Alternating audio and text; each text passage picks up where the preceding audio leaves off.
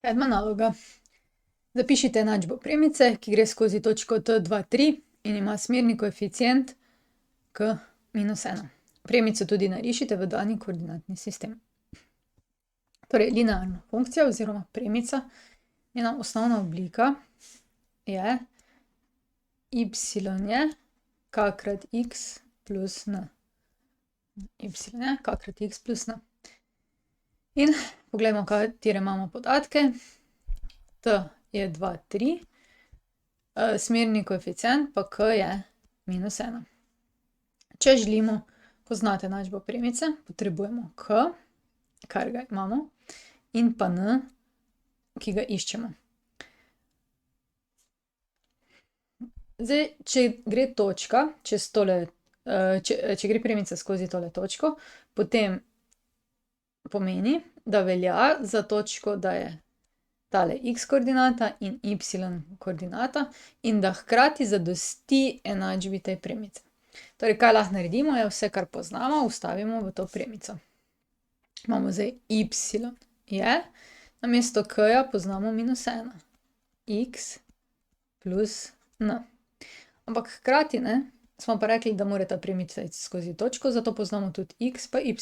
Namesto y damo 3, je -1 krat 2 plus n. 3 je -2 plus n in dvojko prenesemo na to stran enačbe, se pravi 3 plus 2 je n, 5 je n. Kako bi zdaj zapisali enačbo te premice? Poznamo zdaj k in poznamo n. Zato je enačba premice y. To je pa že skoraj tudi za moje stanje, malo grdo se mi napisati, se pravi y je, namesto k-ja damo -1 krat x ali -x, kar je matematično lepše, pravilno je pa -1 krat x tudi, plus 5. In to je enačba naše premice. Zdaj, kako bi jo narisali, a ne?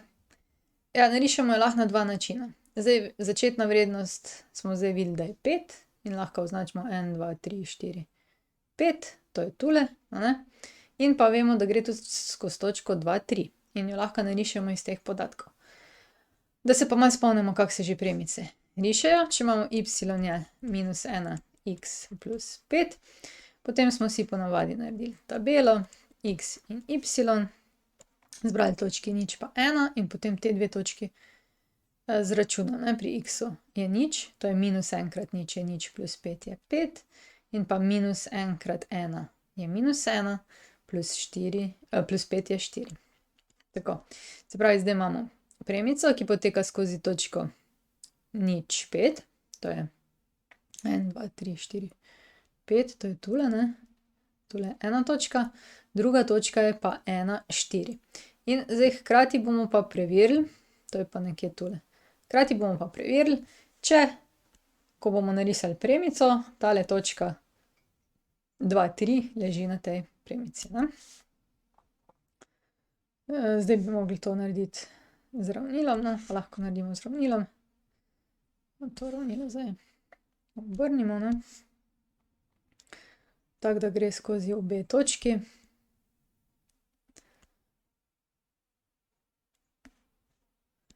Čisto malo še.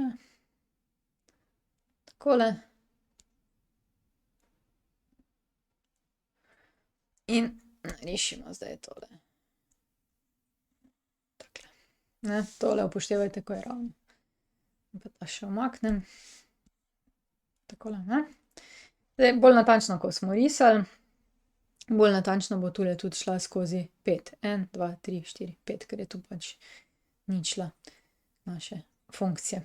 Dobro, to je to, zdaj pa še lahko pogledamo, kako je z rešitvami, če smo bili kaj prav. Zapisali uporaba formule in rešitev, na primer y je -x plus 5.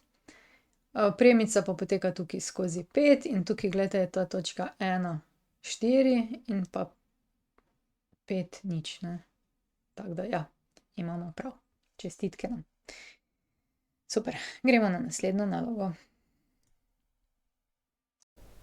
Prišli smo do konca. Če želite ali morate videti več, si poglejte na moji spletni strani ninarazlaga.si ali pa se naročite na moj YouTube kanal. Se vidimo!